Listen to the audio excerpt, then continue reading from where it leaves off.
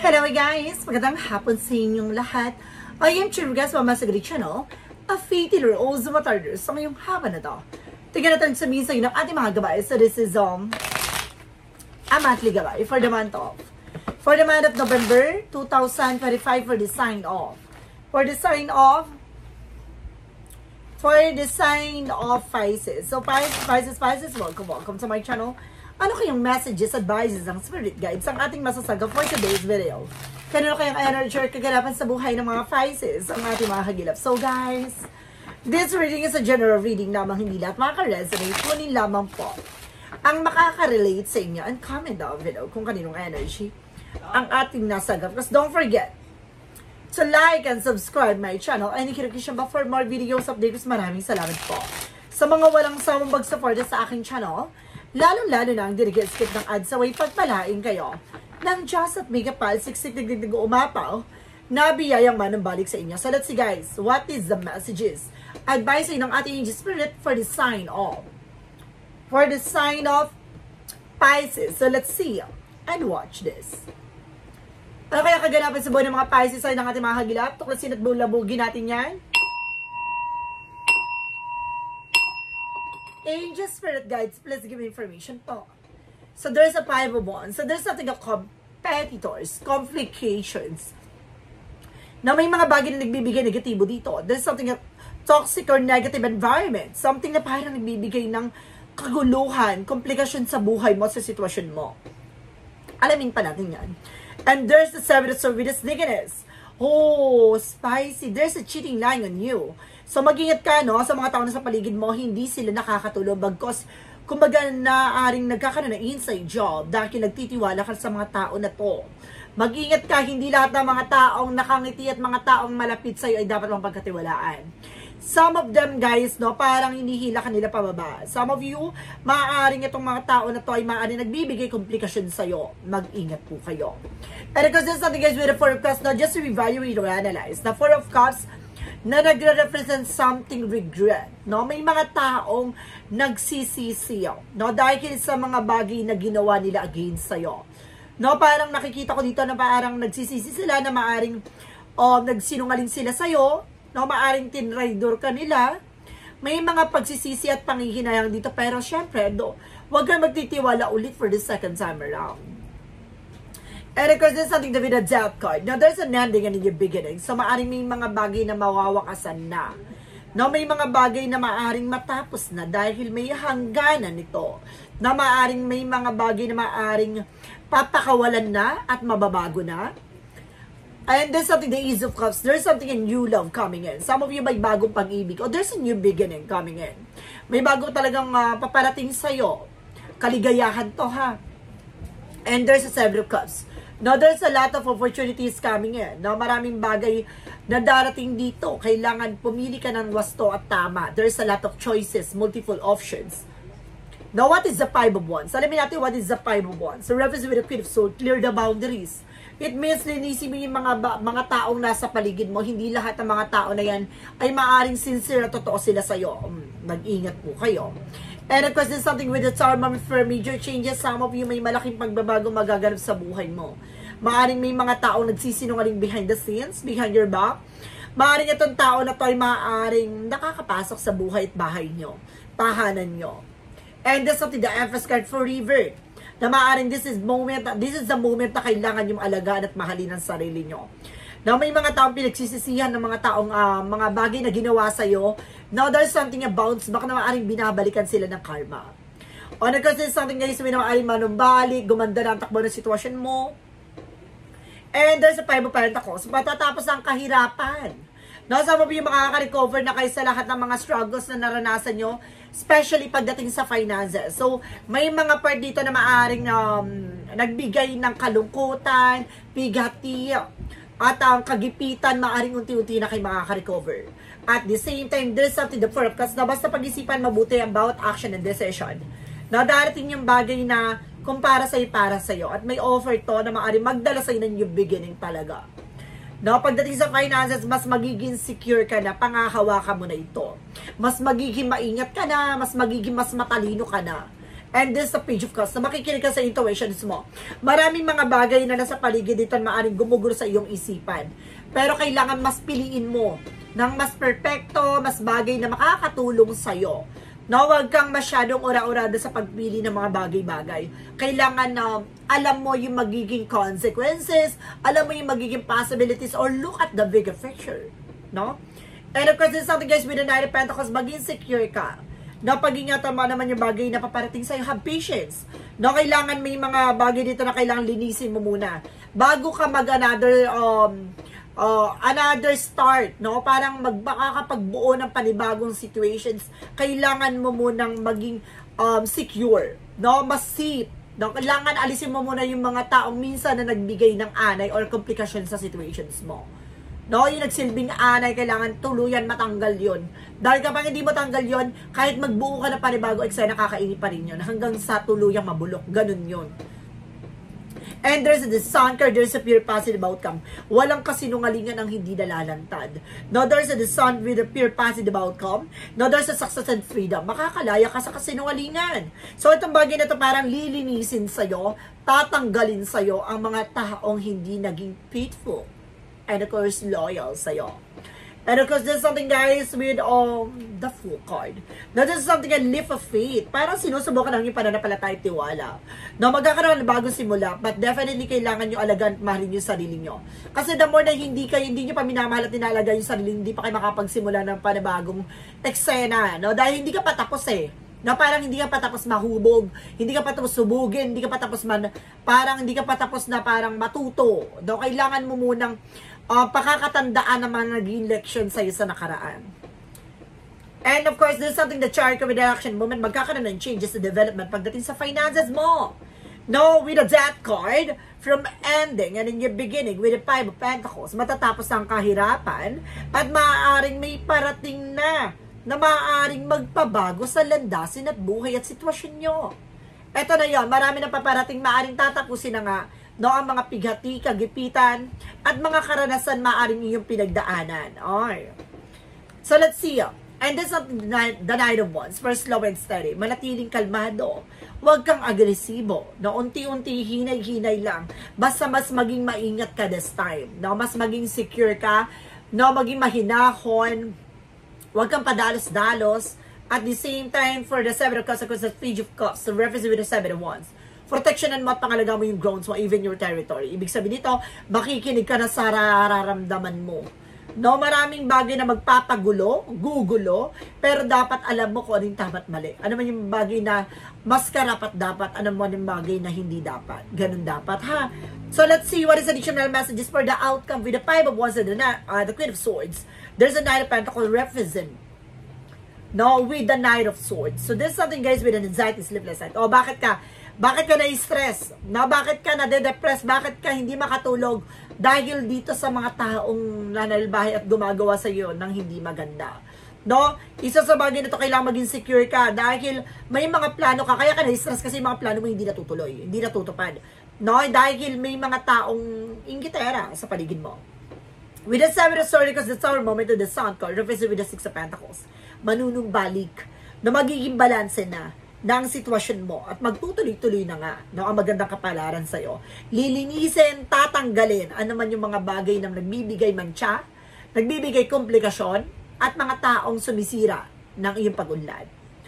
And of course, this is something guys with the Ace of Swords, something na breakthrough, tagumpay. So may mga bagay na magtatagumpay mo talaga, na may mga bagay talaga magbibigay liwanag, no, sa isipan mo, sa situations mo. Basta sinasabi dito na kailangan mo alagaan at mahalin mo yung sarili mo para makapagsimula ka ng panibago, etc. Na may mga taong nagsisisi dyan, may mga taong kumbaga nagkakaroon ng kumbaga realizations, no, dahil yung mga bagay na ginawa sa'yo, hayaan mo lang sila. No, but of course, the Death card, because the Five of Pentacles, and of course, the Chariot card, there's a King of Swords, King of Pentacles. Security. No, maging secure ka na ngayon pagdating sa finance, mas maging wise ka na. No, mas maging matalino ka na. Maraming parating na pagbabago magaganap pagdating sa finances mo. Pero isa sa bagay na to ay maaaring sinubo ka lang, no, ng iyong, kumbaga katatagan. No, pagdating sa finance, mas maging mauta ka na. The Ace of Cups, because the Four of Pentacles, represented with the Knight of Wands, or there's something, the Three of Wands. Waiting for ship. Kung may hinihintay ka paper documents, there's a possible na makuha nyo na. Darating na. At the same time, there is something with the Eight of Swords. No, may mga tao talagang toxic sa paligid mo. Tulad na sinasabi ko kanina with the Seven of Cups, the Page of Cups, and the Seven of Wands, proteksyonan mo yung sarili mo.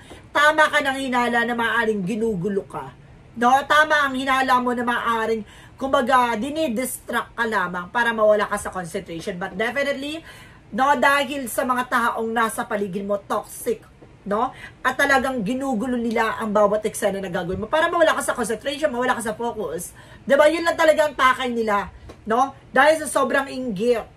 Ganon yan. So, let's see what is additional messages tayo pagdating sa finances and career, love life, at kalusugan. Let's watch this. Ayan na. Pagdating sa finances and career, love life, at kalusugan.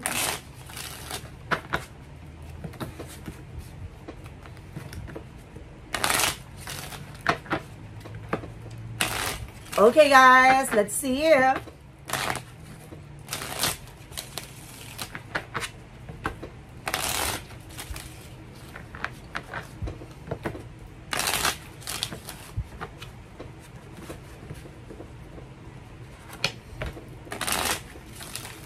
Okay. Pagdating naman tayo sa finances and career mo, represent, guys, with the Two of Swords. So, there's something decision. Na nahihirapan kang mag-decide pagdating sa finances and career mo. So, may bagay dito na kailangan mo munang mas liwanagin sa isip mo. Ano ba talaga yung priorities mo? Ano ba talaga yung gusto mong gawin? Para naguguluhan ka kung magtatrabaho ka o magdinegosyo. Now, there's something, guys, with Nine of Cups. There's a wish fulfillment. So, may bagay din na magtutupad sa mga pangarap mo. May mga bagay dito na maaaring maging daan, no, para sa pagunlad mo. And there's a Six of Cups. No, matuto ka lang sa mga bagay na nangyari from the past. There's a returning to the one root. So, may mga bagay o ugat ng pinanggalingan sa nakaraan. Ano ba talaga yung pinanggagalingan mo? Ano ba talaga yung naranasan mo at napagdaanan mo na maaaring mababago na ang buhay mo? Pagdating sa finances and career, paano mo mas mapapabago, no, ang yung sarili, no, to become a better version of yourself? And of course, there's something with that Four of Swords. Now, there's something an intuition and rest. So, kailangan mo rin alisin yung takot at pangamba mo dito at kailangan mo ng pahinga. Ha? Alisin mo yung alinlangan mo. Kasi hindi ka makapag-isip at kulang ka sa tulog, ha? And there's a Hermit card. The answer you need this year. So, nandito na ang kasagutan sa iyong katanungan. Now, pagdating sa finances and career mo, binibigyan ka ng mas maliwanag na isipan, mas maliwanag na pananaw sa buhay, at may bagay kang dapat matuklasan sa sarili mo. Now, there's something spiritual enlightenment. There's something searching. So, may bagay kang dapat matuklasan or hinahanap pa sa sarili mo na mas mapapalago mo yung sarili mo kung bagay na gagawin mo to. Ganon. So, let's see. Pagdating sa love life mo, there's a higher for education na something, a separation. Some of you, meron dito naghiwalay. Now, meron man naman dito, maaaring there's a religious factor, maaaring gayuma. Alamin natin yan. And there's a judgment, paalala, there's something, a wake-up call. No, parang ginigising ka sa katotohanan na you need to pay attention. No, from the situations na maaring nararanasan mo. Na kailangan mo nang kailangan mo nang gawin ng actions, no? Huwag mo na ipasawalang bahala ito. And there's the world, something a success and accomplishment, na maaaring maging matagumpay ka, maaaring there's an international. Maaaring nasa ibang bansa ang person mo, or nasa ibang bansa ka, o maaaring nasa ibang bansa ang gumagawa. Now, there's something with the Three of Cups. Third party. So, mayroon talagang third party involved. No, ginayuma talaga yung person mo. Pinapaalalahan na kailangan mo mag-take ng action kasi hindi pa siya malala. Na maagapan mo pa. And of course, there's something with the Seven of Pentacles with the harvest moment.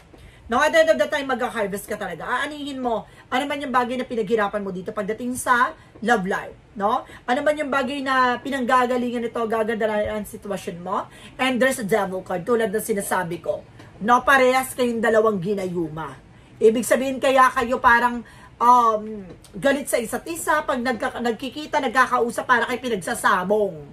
No? Ibig sabihin, no, there's something gayuma na involved dito. No, there's a black magic involved. So, pagdating naman tayo sa kalusugan mo, there's a Six of Wands for victory. So, maaaring maging matagumpay ka. No, dahil malulunasan mo. No, at maaaring malalaman mo ang solusyon. There's a magician. It's all about magic. No, ibig sabihin nito, ang magician dito, na maaaring ginagawa ka talaga ng hindi maganda, na ngayon mo lang mapag-iisip-isip na it's not normal, it's not natural. No, of course, there's an Ace of Pentacles. Now, there's something, a big shot and big money coming in for you. Now, may malaking potential din dito para maging masagana. Alam nyo, there's a connected yung love life at career, ha? Maaring ang pinakagumagawa dito, it's either an ex or family related. No? And there's a strength with confident, lakas naman loob mo, maging matapang ka. No, malaking kaugnayan nito, maaring may obligasyon tong person mo or maaring ikaw. Maaring ginagayuma there sa both sides. No? Maring pares kayo ng person mo ginagayuma para magulo ang inyong relasyon. At there's a separation para maghiwalay kayo. No? Oh my God. No? Para maghiwalay kayo. And kasi something that hinapat ako. So talaga may talagang tinatrabaho kayo. No ba? At the same time, there's a need of something moving forward. Wag kang mag-alala, makaka-move on ka. Makaka-recover ka sa lahat ng pain na to. No, sa lahat ng mga nararanasan nito, makakawala rin kayo. No, sa situations na to. So, let's see what is additional messages naman tayo. Pagdating naman tayo sa Magical Fair Messages Advice. So, let's watch this. Ayan, nasa exciting point na tayo, guys. So, na-miss yung reading ko, guys. Pasensya na kayo kung bihira tayo makapag-upload, ha. Gawa na may mga client, customers tayo, pasyente tayo online. May mga pasyente tayong walk-in. At the same time, mayroon tayong mga private reading po online po. No? So, kaya, pasensya na kayo kung ngayon lang tayo nakapag-upload, nakapag-update. So, let's see. Pero, gagawin natin lahat, ha, para makapag-upload tayo. Kasi, kumbaga maraming naghihintay ng ating gabay. Lalo-lalo na yung mga taong nasa situations na gusto nilang malaman yung mangyayari, no? And there's a winter. Now, there's a winter season. The answer you need is here. So, nandito na kasagutan sa iyong katanungan. No, maaring magbigay kasagutan, maaring magbigay liwanag na. No, at the same time, there's a spiritual teacher. Oh, kailangan mo na albularyo. Oh. Diba? Spiritual teacher. Oh. Spiritual teacher yan, ha. Okay, na-artihan dyan. So, let's see. What is the yin and yang oracle card?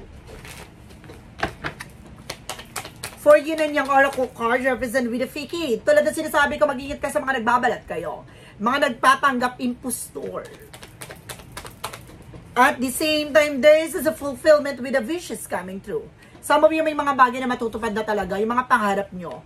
And there's a stability and flow, dadaloy na, at magdala sa ito ng panatag at maayos, no, nakalagay sitwasyon. What is additional messages tayo with an angel spirit? Now, pagdating naman tayo for synchronicities. And there's a brother. Now, there's a brother connected with your brother. Or maaaring there's a related with your brother talaga. And there's a father and brother. Oh my God. Maaaring pati yung family mo damay, ha? No? It's either ginagawan yung family mo rin. No? So, let's see what is the romance and for Mystic Love Oracle deck. And there's an afraid. No, pagdating dito, huwag kang matakot, huwag kang mangamba. No, kailangan mas maging matapang ka. There's a soulmate. Soulmate kayo na person mo. Pagsubok lamang to ang inyong pinagdadaanan.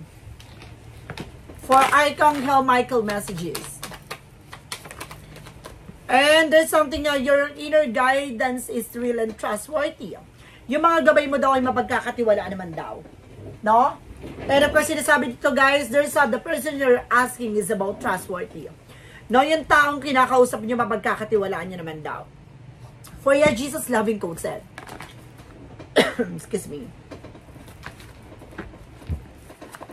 For our Jesus loving code said, guys.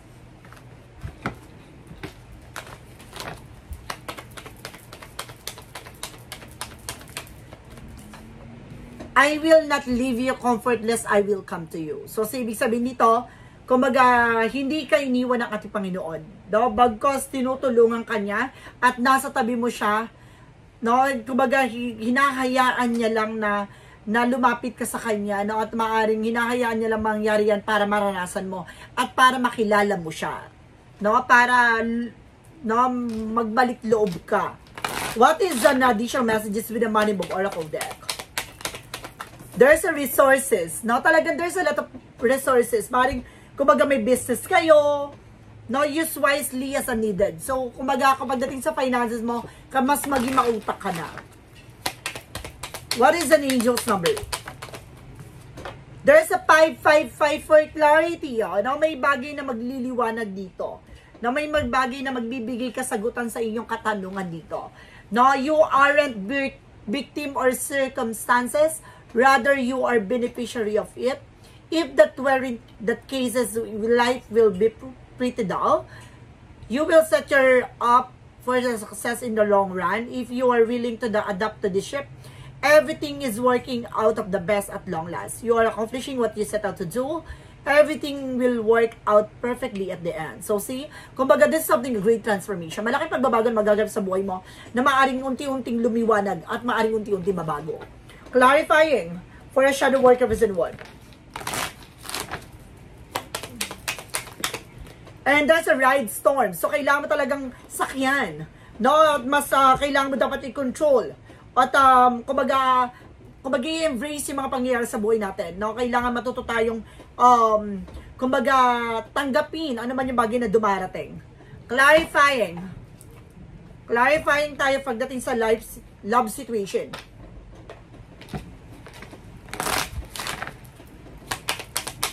Clarifying for a love situation, there's a sweep away, pop up in the romance or clearing out of emotion. So, parang may mga bagay na parang malalaman mo na. O parang may mga bagay na parang mahuhuli mo na. Or may mga bagay na kailangan mo pakawalan.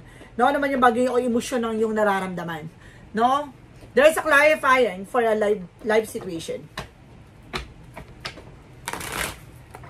Parang sinasabi dito, huwag kayong pabugso-bugsong, no? Pagdating sa damdamin nyo. Pagbugsong damdami. Napadalos-dalos ganon. And there's a wise counsel. Seek guidance from trusted friend or mentors to help you along. Baga sinasabi dito, makikita mo na or kumbaga ipapakita sa iyo ang gabay na para kumbaga may taong dapat pagkatiwalaan at may ganun kang dapat pakinggan. At ito magdadala sa iyo sa journey mo. Na parang itong tao na to ang tutulong sa iyo. From what lies beneath with a future.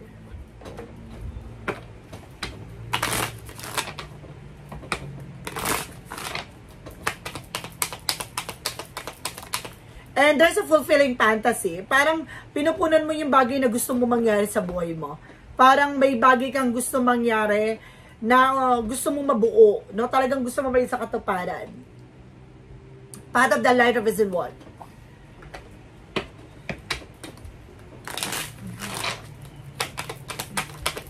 There's a faith in freedom. Magtiwala ka, makakalaya ka, makakabangon ka. I have calm my mind and trusted my doubt to God. Releasing them all, I trust in His perfect providence and surrender to His will. Finding true freedom in the peace that comes from letting go and having faith. So dahil sa pagtitiwala mo, makakalaya ka na, tala mo sa sarili mo na buong puso mo't kaluluwa. Tinatanggap mo ano man yung pagsubok na dumarating sa'yo at nagtitiwala ka, ano man yung bagay na dumarating sa'yo ay ayon sa kalooban ng Diyos.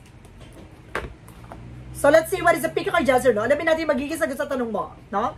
With a pick a card, yes or no. Alamin natin magiging sagot sa tanong mo. Let's watch this.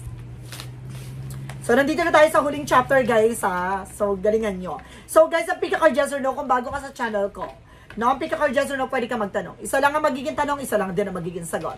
No, with a yes or no pick a card, mag-isip ka ng tanong at pipili ka na magiging sagot within 1, 2, or 3. Then of course, kapag nakapag-isip ka ng tanong at nakapili ka na ng number na magiging sagot sa tanong mo, please comment down below.